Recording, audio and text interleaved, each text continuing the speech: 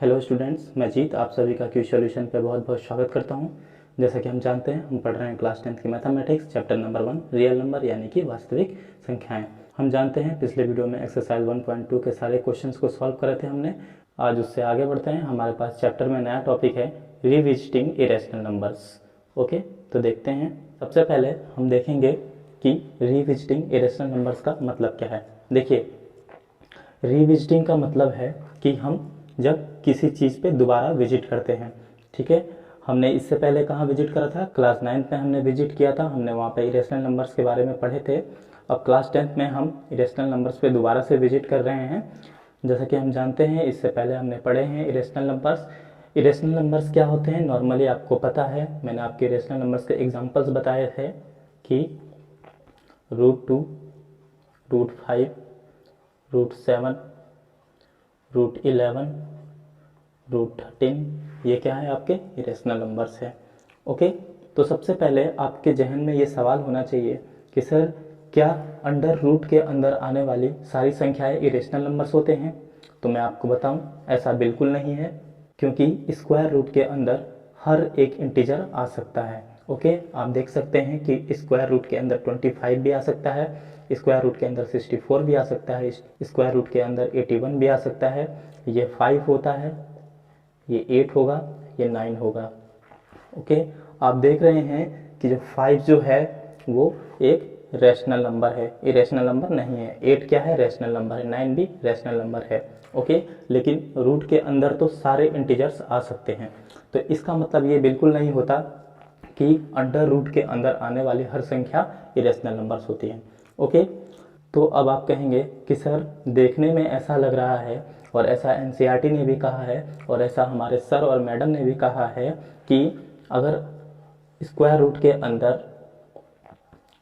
Prime number हो तो वो इरेशनल होते हैं। तो मैं आपको बता दूं, ये बिल्कुल सही है, 100% ट्रू है। लेकिन √15 भी हमारा क्या होता है? इरेशनल नंबर होता है। And 15 is not a prime number. Okay, आप यहाँ पे देख रहे हैं कि √15 भी हमारा इरेशनल नंबर होता है, लेकिन 15 जो है एक प्राइम नंबर नहीं होता है। तो इससे हमें क्या पता चलता है कि अंडर रूट के अंदर आने वाले सिर्फ और सिर्फ प्राइम नंबर ही इरेशनल नहीं होते, बल्कि उसके अलावा भी कुछ नंबर्स ऐसे होते हैं जो प्राइम नंबर नहीं होते लेकिन फिर भी इरेशनल होते हैं। आप अंडर रूट 8 को देख लीजिए। ओके, अंडर रूट 8 भी आपका इरेशनल नंबर है, लेकिन 8 क्या है? प्राइम नंबर नहीं है। ओके, तो आप कहेंगे कि सर, इरेशनल नंबर की एक्चुअल डेफिनेशन क्या है? हम जानते हैं कि जिसको हम P/Q के फॉर्म में व्यक्त नहीं कर सकते वो क्या होते हैं? इरेशनल नंबर्स होते हैं। ओके, तो एक्चुअल डेफिनेशन जो इरेशनल नंबर्स की है वो ये है कि इरेशनल नंबर होते हैं हमारे non terminal, non repeating. Okay, non terminal, non repeating हमारे इरेशनल नंबर कहलाते हैं। ओके, नॉन टर्मिनल क्या हुआ, नॉन रिपीटिंग क्या हुआ, मैं आपको बताता हूं। Decimal expansion. ओके, देखिए, थोड़ा सा हम इरेशनल नंबर को ब्रीफली डिस्कस कर लेते हैं। डेसिमल एक्सपेंशन जो होते हैं वो दो भागों में बढ़ते हैं। एक होता है टर्मिनल, एक होता है नॉन टर्मिनल। ओके, तो टर्मिनल का मतलब क्या हुआ और नॉन टर्मिनल का मतलब क्या हुआ? देखिए, टर्मिनल का मतलब होता है अंतिम, यानी कि डेसिमल के बाद अंतिम इंटीजर। ओके, जैसे एग्जांपल हमारे पास है 17/5, डिवाइड करेंगे तो ये आएगा आपका 3.4। ओके, आप देख रहे हैं कि डेसिमल के बाद जो ये इंटीजर है अब ये एंड हो चुका है। ओके, इसके बाद कुछ नहीं है, ये इसकी एक परफेक्ट वैल्यू है। ओके, पॉइंट के बाद ये जो इंटीजर है ये अब रुक चुका है, इसकी वैल्यू इतनी ही है। ओके, तो ये हमारा होता है rational number. Rational number. Okay, non terminal क्या हुआ? देखिए, जैसे हमारे पास 5/3 है। ओके, जो हम 3 से 5 को डिवाइड करेंगे तो ये आएगा आपका 1.666666, ये ऐसे ही चलता रहेगा। ओके, और आप देख रहे हैं कि डेसिमल के बाद जो डिजिट है वो चलती ही जा रही है इन्फिनिटी तक, उसका कभी अंत नहीं होगा, तो इसे ही कहते हैं नॉन टर्मिनल। ये आता है हमारा रिपीटिंग में। रिपीटिंग मतलब जो इंटीजर है ये रिपीट होता रहेगा, तो ये भी क्या होते हैं? हमारे रैशनल नंबर होते हैं। ओके, इसके दो केस बनते हैं। ओके, जैसे √5 है। ओके, का मान होता है 2.23606797 ... ये ऐसे ही चलते रहते हैं। आप देख रहे हैं ये नॉन रिपीटिंग है। नॉन रिपीटिंग मतलब डेसिमल के बाद जो भी इंटीजर आ रहे हैं वो रिपीट नहीं हो रहे हैं, सब अलग अलग हैं। ओके, ये जो इंटीजर है वो एक ऑर्डर में रिपीट नहीं हो रहे हैं। ओके, आगे पीछे रिपीट हो सकते हैं 2-3 नंबर्स के बाद, लेकिन एक ऑर्डर में रिपीट नहीं हो रहे हैं। जैसे कि ये हो रहा था 1.666 से ये रिपीट हो रहा था। ओके, तो नॉन टर्मिनल में दो केस बनते हैं, जिसमें एक रिपीटिंग हो सकता है और एक नॉन रिपीटिंग हो सकता है। तो ध्यान रखिएगा, जो रिपीटिंग होते हैं वो रैशनल नंबर होते हैं, जो नॉन रिपीटिंग होते हैं वो इरेशनल नंबर होते हैं। ओके, और ध्यान रखिएगा पाई जो होता है वो हमारा इरेशनल नंबर होता है, क्योंकि पाई का जो मान होता है 3.1 पर, नॉर्मली हम पाई का मान 3.14 कहते हैं, लेकिन 3.14 पाई का अप्रॉक्सीमेट मान होता है, वो एक एग्जैक्ट मान नहीं होता है। पाई का जो एग्जैक्ट मान होता है वो नॉन टर्मिनल और नॉन रिपीटिंग होता है। आप समझ रहे हैं नॉन टर्मिनल का मतलब? आप देख रहे हैं डेसिमल के बाद जो डिजिट है वो रुक नहीं रही है, उसका कोई एंड नहीं है, वो चलता ही जाएगा और ये वैल्यू रिपीट भी नहीं होती है। इस वजह से पाई एक इरेशनल नंबर होता है। तो यहाँ से हमने क्या सीखा कि इरेशनल नंबर वो होते हैं जो नॉन टर्मिनल, नॉन रिपीटिंग होते हैं। ओके, लेकिन जो हमारे रैशनल नंबर होते हैं उसके दो केस बनते हैं, एक नॉन टर्मिनल में और एक टर्मिनल में। ओके, आप देख रहे हैं तो रैशनल नंबर वो भी होते हैं जो पॉइंट के बाद क्या हो जाए, डिजिट रुक जाए, एंड हो जाए, तो वो क्या होते हैं? रैशनल नंबर होते हैं। ओके, और रैशनल नंबर वो भी होते हैं जो पॉइंट के बाद इंटीजर क्या होते हैं? रिपीट होते रहें। ओके, तो हम ये कह सकते हैं कि रैशनल नंबर जो होते हैं terminal and non terminal repeating. Okay, rational number हमारे टर्मिनल भी होते हैं और नॉन टर्मिनल में रिपीटिंग भी होते हैं। ओके, लेकिन इरेशनल नंबर क्या होते हैं? सिर्फ और सिर्फ नॉन टर्मिनल और नॉन रिपीटिंग। ओके, ये वाला केस। ओके, तो आप समझ गए होंगे कि टर्मिनल क्या होते हैं, नॉन टर्मिनल क्या होते हैं, रैशनल नंबर्स क्या होते हैं और इरेशनल नंबर क्या होते हैं। ओके, अब आगे बढ़ते हैं। आपके चैप्टर में एक थ्योरम है जिसमें कह रहा है कि prove that √2 is irrational. Okay, हमें √2 को क्या करना है? इरेशनल प्रूव करना है। लेकिन इस क्वेश्चन को करने से पहले हम एक थ्योरम को डिस्कस कर लेते हैं जो कि बहुत ही इंपॉर्टेंट है कि इरेशनलिटी को प्रूव करने के लिए। तो पहले हम थोड़ा थ्योरम के बारे में डिस्कस कर लेते हैं। थ्योरम कहता है हमारा कि let P be a prime number if P divide A², then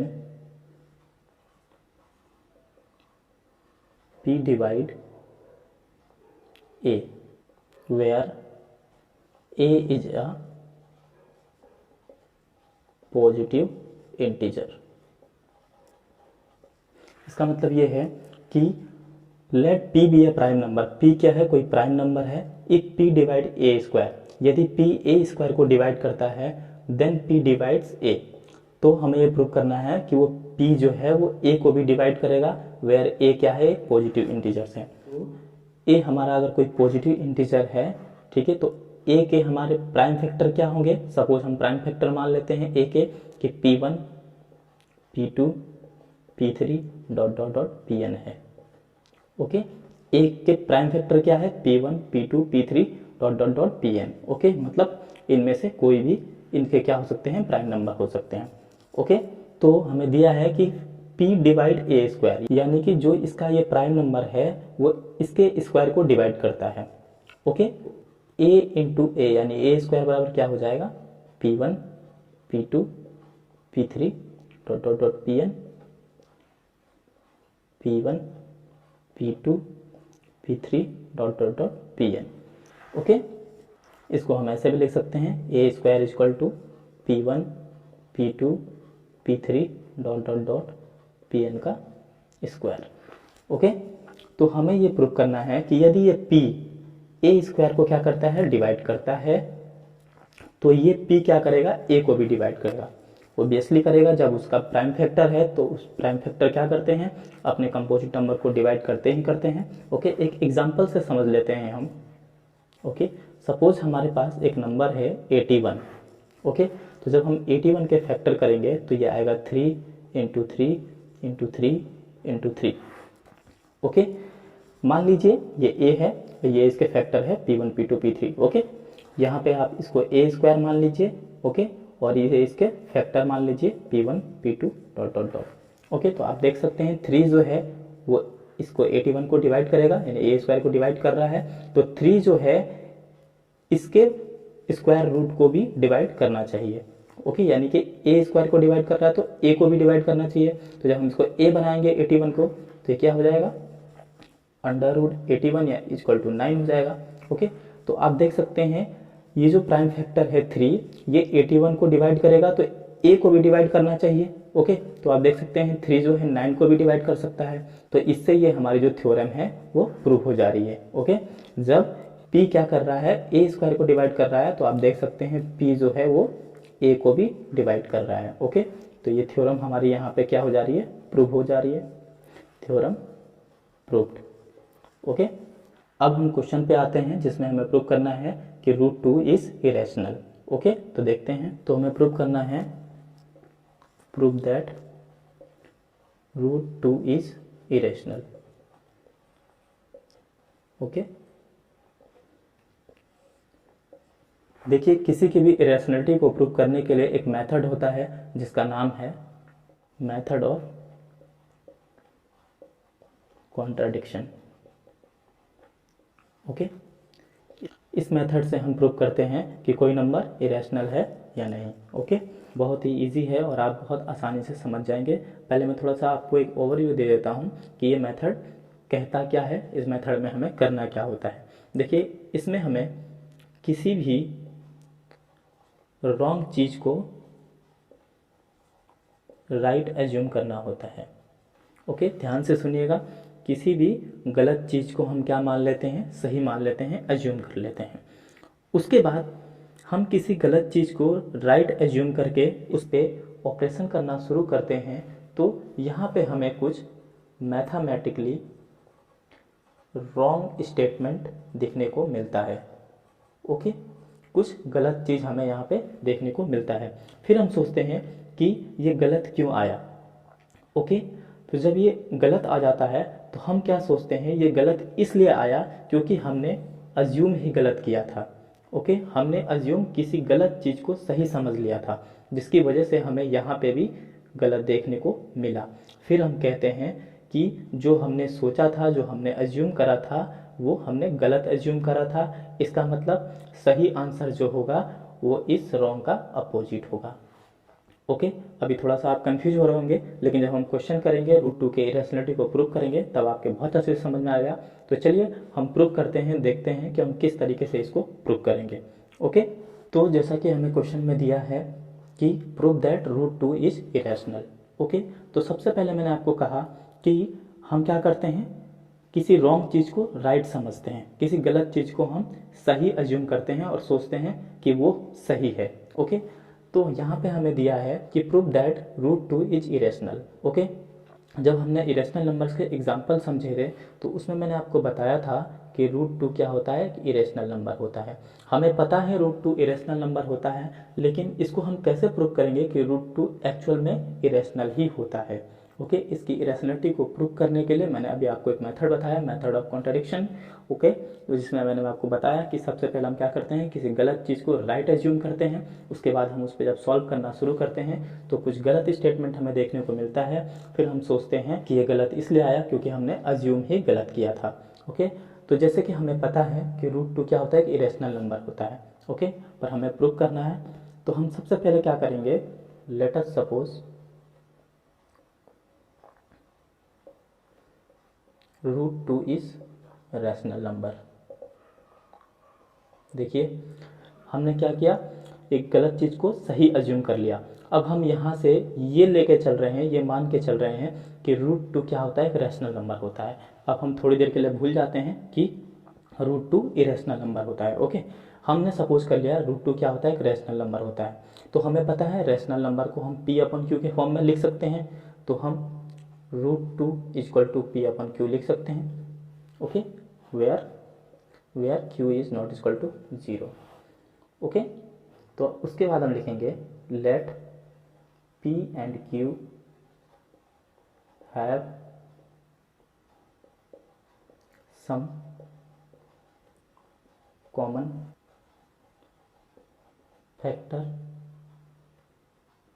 so by cancelling we will get A and B, where A and B are co-prime number। Okay, इसका मतलब क्या हुआ, देखिए जब हमने ये मान लिया कि रूट 2 क्या होता है, एक रैशनल नंबर होता है, उसको हमने पी अपन क्यू के फॉर्म में लिख दिया। ओके, तो हमने यहाँ पे कहा कि P and Q have some common factor, so by cancelling we will get A upon B। अगर P और Q के बीच में, P और Q के बीच में कोई कॉमन फैक्टर है तो हमने उसे कैंसिल कर दिया, उस कॉमन फैक्टर को, उसके बाद हमें A अपन B मिला। सपोज हमारे पास यहाँ पे P अपन Q की जगह में 25 अपन 15 है। ओके, तो जब हम 25 के फैक्टर करेंगे तो ये आएगा 5 इंटू 5 एंड 15 क्या आएगा 3 इंटू 5। ओके, तो हमने क्या किया, हमने कॉमन फैक्टर को कैंसिल कर दिया। जैसे हमने लिखा कि P and Q have some common factor, by cancelling we will get A upon B। Okay, तो इसमें आप देख सकते हैं 5 कॉमन है दोनों में, तो हमने इसे क्या कर दिया, कैंसिल कर दिया। ओके, तो हमें क्या मिला 5 अपन 3। ओके, अब आप देख सकते हैं 5 अपन 3 के बीच में एक को छोड़ के कोई भी क्या है, कोई भी इंटीजर कॉमन नहीं है, तो इसी को हमने क्या कर दिया, A अपन B के फॉर्म में लिख दिया, जिसको हमने क्या कहा, A and B are coprime. अब ये क्या है, कोप्राइम है। कोप्राइम क्या होते हैं, जिनके बीच में कोई भी कॉमन फैक्टर नहीं होता है एक को छोड़ के। ओके, आप देख सकते हैं 5/3 के बीच में एक को छोड़ के कोई भी कॉमन फैक्टर नहीं है, तो अब ये क्या बन गए, 5/3 क्या बन गए, कोप्राइम बन गए। ओके, तो हमने यहाँ पे वही बात कही कि if P and Q have some common factor, so by cancelling we will get A upon B। Okay, तो हम अब रूट 2 को A अपन B लिख सकते हैं, क्योंकि जब रूट 2 को हमने रैशनल नंबर माना और उसको P अपन Q के फॉर्म में लिखा और P अपन Q के बीच में जितने भी कॉमन फैक्टर है उसको हटा दिया, उसके बाद हमें क्या मिला, A और B मिला, A अपन B मिला। ओके, तो यहाँ पे हम लिख देंगे where A and B are co-prime number and have no common factor other than 1। Okay, यानी कि अब A और B के बीच में कोई भी कॉमन फैक्टर नहीं है एक को छोड़ के। ओके, तो अब आगे बढ़ते हैं, क्रॉस मल्टीप्लाई करेंगे तो ये क्या हो जाएगा, रूट 2 B बराबर क्या हो जाएगा, A हो जाएगा। ओके, उसके बाद आप स्क्वायरिंग बोथ साइड कर दीजिए, स्क्वायरिंग बोथ साइड, तो ये क्या मिल जाएगा हमारा 2B² इक्वल टू A², इतना मिल गया। इसको आप इक्वेशन नंबर 1 मान लीजिए। ओके, तो जब हम फर्दर इसको सॉल्व करेंगे तो ये क्या हो जाएगा हमारा B² इक्वल टू हो जाएगा ए स्क्वायर अपॉन 2 इसको लिख सकते हैं, जब हम क्या देख रहे हैं कि 2 जो है ए स्क्वायर को डिवाइड करता है, तो हम लिख देते हैं 2 डिवाइड्स ए स्क्वायर। ओके, तो अगर 2 डिवाइड ए स्क्वायर है, अगर 2 डिवाइड कर रहा है ए स्क्वायर को, तो 2 क्या करेगा, ए को भी डिवाइड करेगा। हमने इससे पहले जो आपको एक थ्योरम पढ़ाई थी उसमें हमने पढ़ा था कि if B divide A square then B also divide A. अगर बी ए स्क्वायर को डिवाइड करता है तो बी ए को भी डिवाइड करता है, हमने प्रूव करके देखा था। यहाँ पे बी क्या है, 2 है, तो अगर 2 ए स्क्वायर को डिवाइड करेगा तो 2 ए को भी डिवाइड करेगा, हम जानते हैं ये बात। ओके, तो जब 2 ए को डिवाइड करेगा तो कुछ ना कुछ उसकी वैल्यू आएगी, तो 2 अगर ए को डिवाइड करेगा तो कुछ ना कुछ आएगा, सी मान लेते हैं उसको। ओके, तो ए इक्वल टू हम यहाँ से क्या लिख सकते हैं, 2c।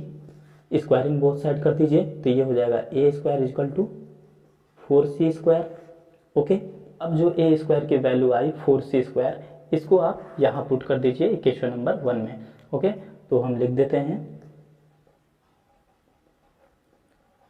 Putting a square value in equation first. Okay, तो इक्वेशन फर्स्ट में लग देता तो क्या बन जाएगा, 2b स्क्वायर इक्वल टू मिल जाएगा 4c square.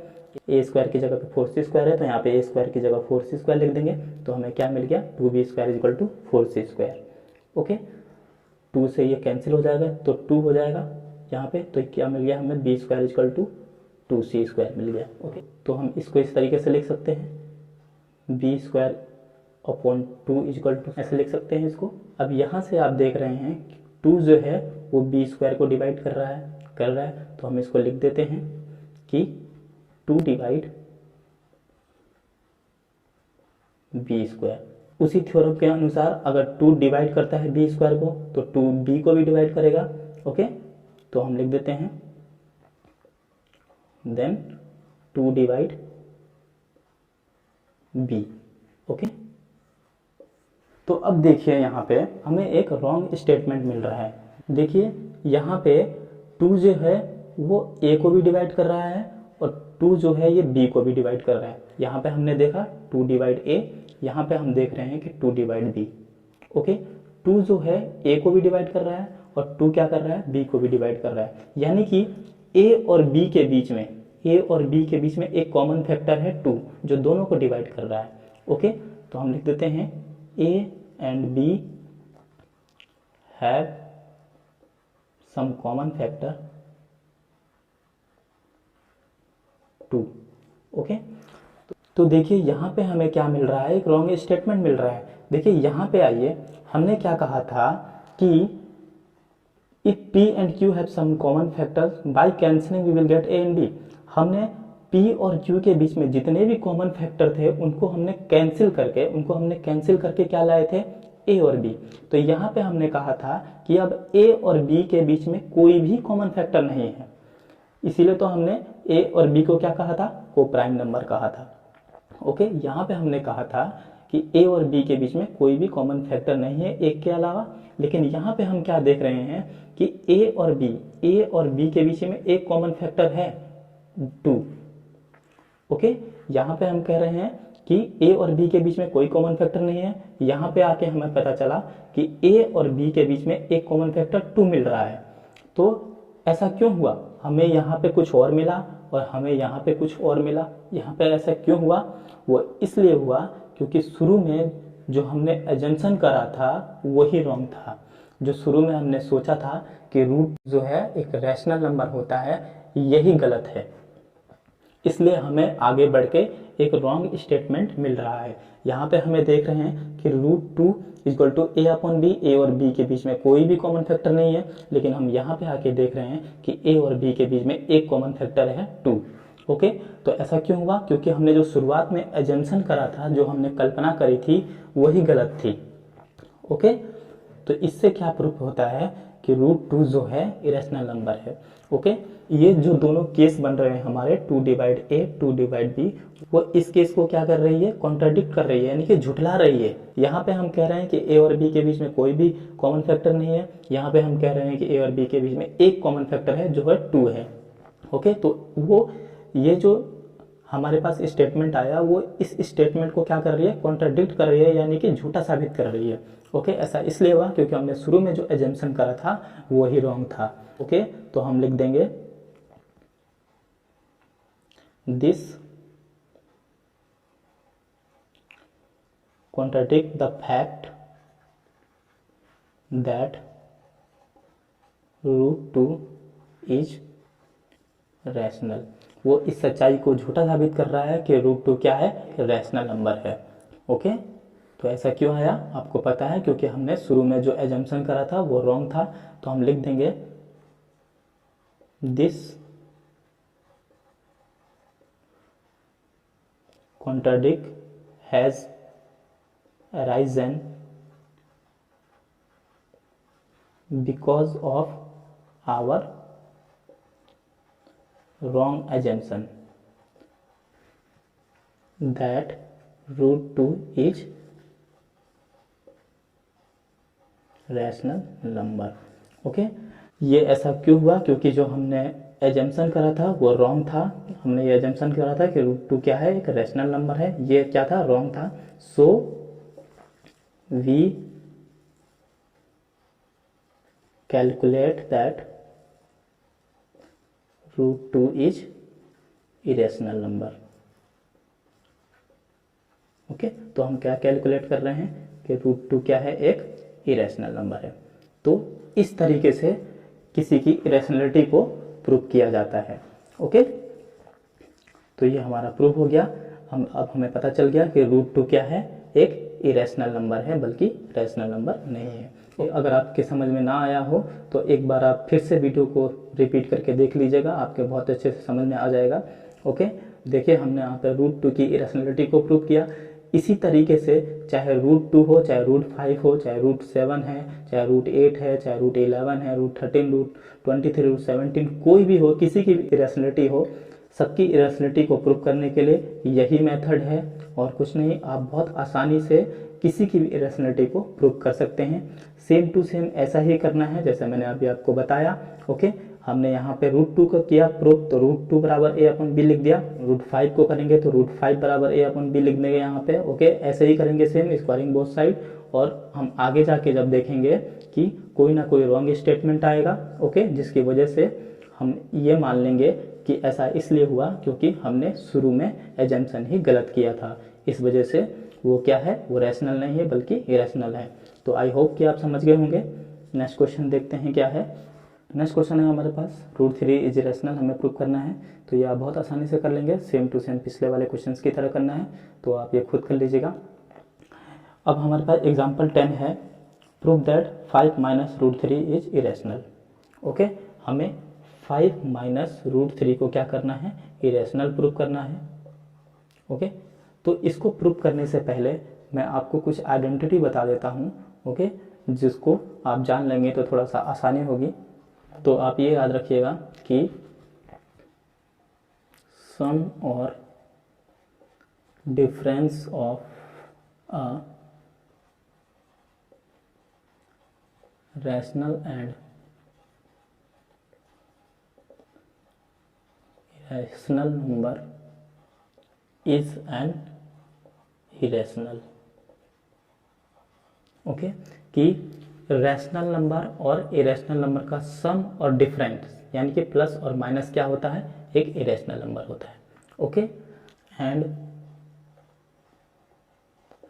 Product and quotient, quotient यानी कि जो डिवाइड करने के बाद आता है, of a rational and irrational is irrational. और किसी रैशनल नंबर और इरेशनल नंबर का प्रोडक्ट और क्वोशिएंट भी क्या होता है, हमारा इरेशनल नंबर होता है। ओके, कहने का मतलब ये है कि किसी रैशनल नंबर और इरेशनल नंबर का प्लस और माइनस क्या होता है, हमारा इरेशनल नंबर होता है। ओके, और किसी रैशनल नंबर और इरेशनल नंबर का प्रोडक्ट और डिवाइड क्या होता है, हमारा इरेशनल नंबर ही होता है। ओके, इसी तरीके से rational number plus minus rational number, rational number का रैशनल नंबर के साथ प्लस और माइनस क्या होगा, हमेशा रैशनल नंबर ही आएगा। ओके, और रैशनल नंबर का मल्टीप्लाई और डिवाइड रैशनल नंबर के साथ ही क्या आएगा, रैशनल नंबर ही आएगा। ओके, आप समझ गए ये बात। ओके, और इसी तरीके से इरेशनल नंबर का प्लस और माइनस इरेशनल नंबर के साथ ही क्या आएगा, एक इरेशनल नंबर आएगा।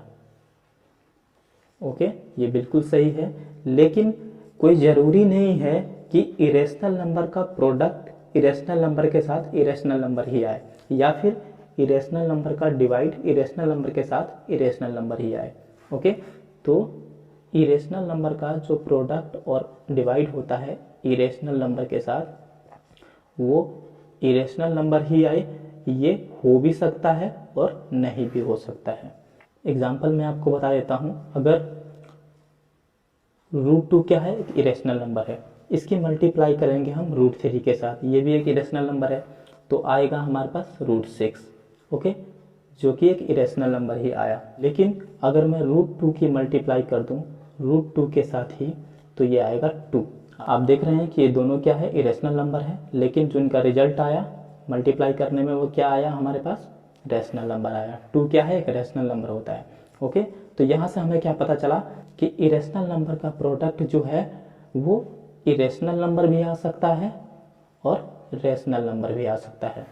ओके, इसी तरीके से जब हम डिवाइड करेंगे इरेशनल नंबर का इरेशनल नंबर के साथ, तो कोई ज़रूरी नहीं है कि वो इरेशनल नंबर ही आए, वो इरेशनल नंबर भी आ सकता है और रैशनल नंबर भी आ सकता है। इसके एग्जांपल्स हम कैसे देखेंगे, देखिए, irrational number divide by irrational number. Okay, suppose हमारे पास 27/√3 है। ओके, तो ये कितना आएगा हमारा, ये आएगा हमारा 3 आएगा। क्यों, √27 को हम √3 इंटू √9 लिख सकते हैं, अपॉन ये √3 से √3 कैंसिल हो गया, √9 कितना होता है हमारा, 3 होता है। तो आप देख रहे हैं इरेशनल नंबर का जब हमने इरेशनल नंबर से डिवाइड किया तो ये एक रैशनल नंबर मिला है।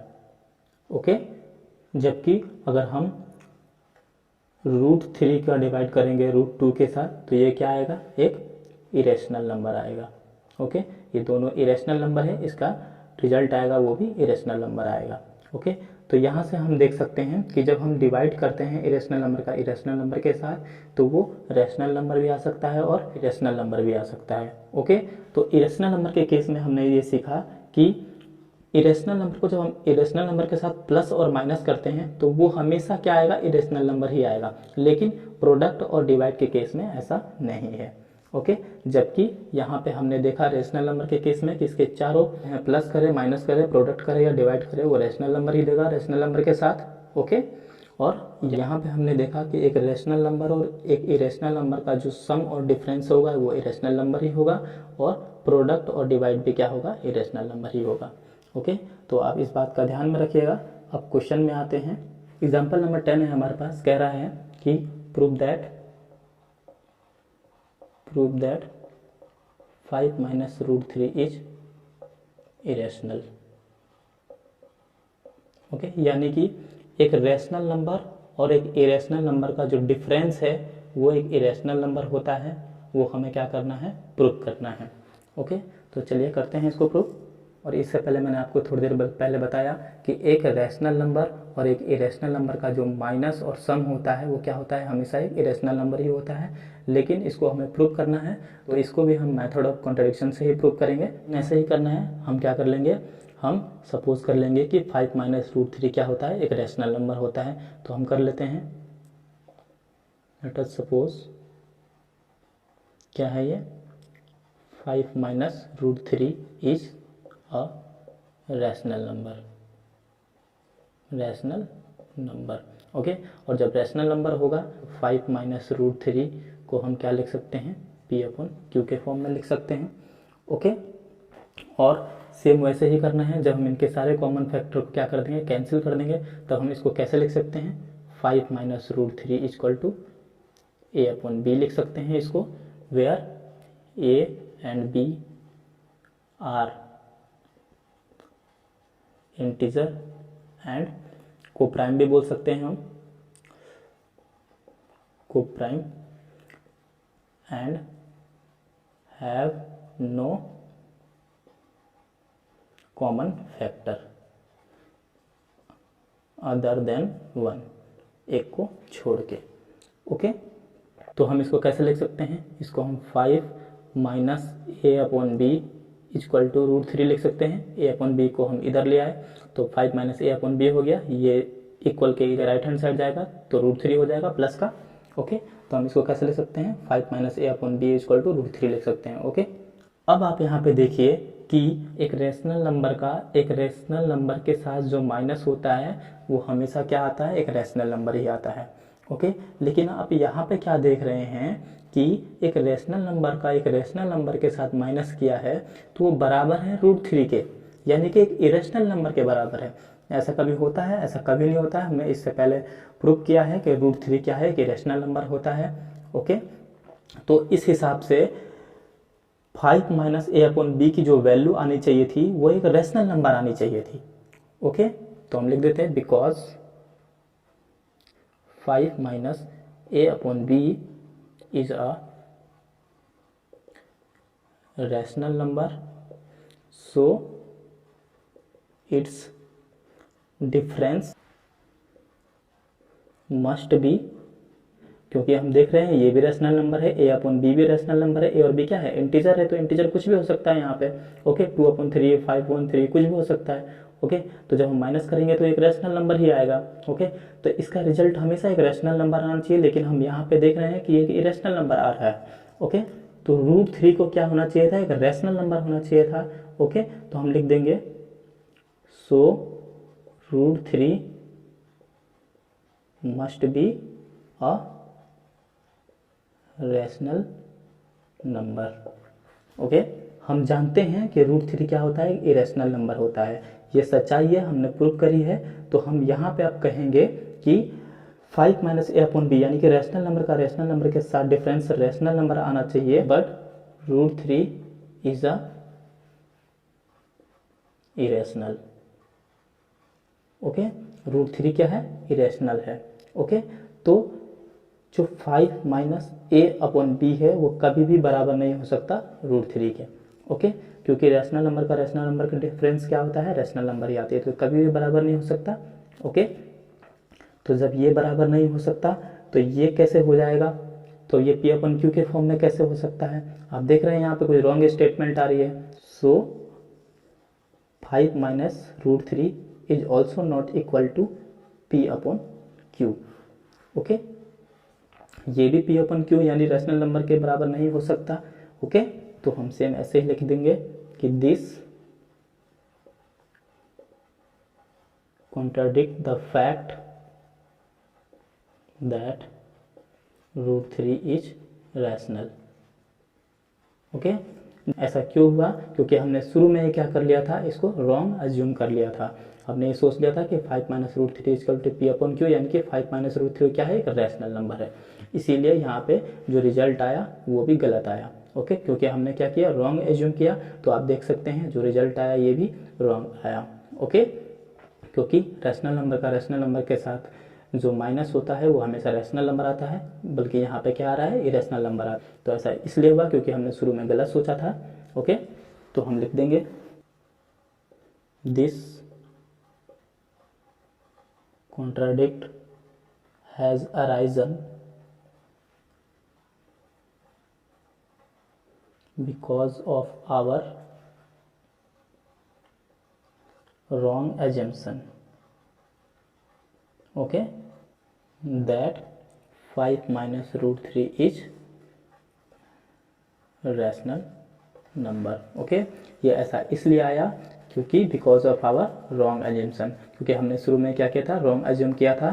क्या एज्यूम किया था कि 5 माइनस √3 क्या है, रैशनल नंबर है। ओके, तो ऐसा नहीं है, तो हम लिख देंगे वी कैलकुलेट दैट। तो हमने क्या कैलकुलेट किया कि 5 minus √3 is a irrational number. और ये हमारा प्रूव हो गया।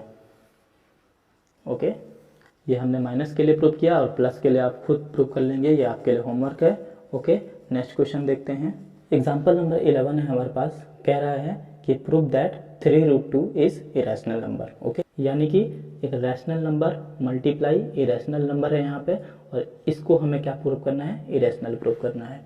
ओके, तो मैंने आपको बताया था कि रैशनल नंबर और इरेशनल नंबर का प्रोडक्ट क्या होता है, एक इरेशनल नंबर ही होता है, लेकिन हमें इसको प्रूव करना है। तो सेम ऐसे ही प्रूव करेंगे मेथड ऑफ कॉन्ट्रडिक्शन से। तो चलिए करते हैं इसको भी। 3√2 को क्या कर लेंगे हम, रैशनल नंबर सपोज कर लेंगे। तो सपोज कर लिया हमने कि 3√2 क्या है, एक रैशनल नंबर है। तो रैशनल नंबर होगा तो 3√2 इक्वल टू हम P/Q लिख सकते हैं। ओके, इसके बीच में जो भी कॉमन फैक्टर होंगे उनको कैंसिल करने के बाद हम 3√2 इक्वल टू A/B लिख सकते हैं। ओके, हमें पता है कि A and B are integer और कोप्राइम।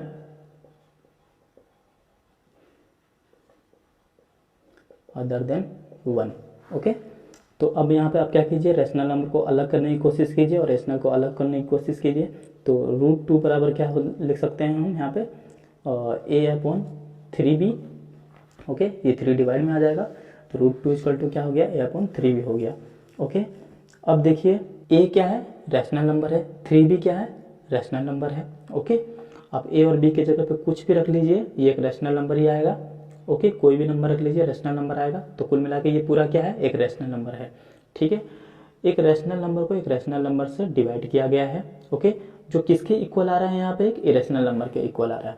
जबकि मैंने आपको बताया था कि एक रैशनल नंबर के साथ एक रैशनल नंबर का जब हम डिवाइड करेंगे तो हमेशा क्या आना चाहिए, रैशनल नंबर ही आना चाहिए।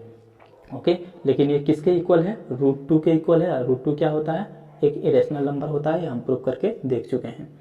ओके, तो हम यहाँ पे लिख देंगे A/3B is a rational number. So √2 को भी क्या होना चाहिए था, एक रैशनल नंबर होना चाहिए था, क्योंकि ये इसके इक्वल है। तो √2 must be rational number. Okay, लेकिन ये जो √2 है एक इरेशनल नंबर है, तो ये इसके इक्वल कभी भी नहीं हो सकता। ऐसा कभी नहीं हो सकता डिवाइड किया जाए तो एक इरेशनल नंबर आए, ऐसा कभी भी पॉसिबल नहीं है। इसलिए हम लिख सकते हैं कि A/3B is not equal to √2। Okay, और जब ये पॉसिबल नहीं है, गलत रिजल्ट आ गया है, तो ये पॉसिबल नहीं है, तो ये भी कभी पॉसिबल नहीं हो सकता। Okay, so 3√2 is not equal to P/Q। Okay, तो ये भी एक P/Q के फॉर्म में कभी भी नहीं आ सकता। ओके, तो यहाँ से हमें क्या पता चल रहा है कि जो 3√2 है वो P/Q के फॉर्म में नहीं आ सकता, यानी कि 3√2 क्या है, एक रैशनल नंबर नहीं है, यानी कि क्या है, ये एक इरेशनल नंबर है। ओके, तो हम यहाँ पे लिख देते हैं जैसे हम अभी तक लिखते आ रहे हैं, we know that √2 is a irrational number. Okay, ये सच्चाई है, हम जानते हैं इस बात को कि √2 क्या होता है, इरेशनल नंबर होता है। तो ये रॉन्ग स्टेटमेंट क्यों आया, क्योंकि हमने सोचा ही गलत था, हमने अज्यूम ही गलत किया था कि √2 क्या है, एक रैशनल नंबर है।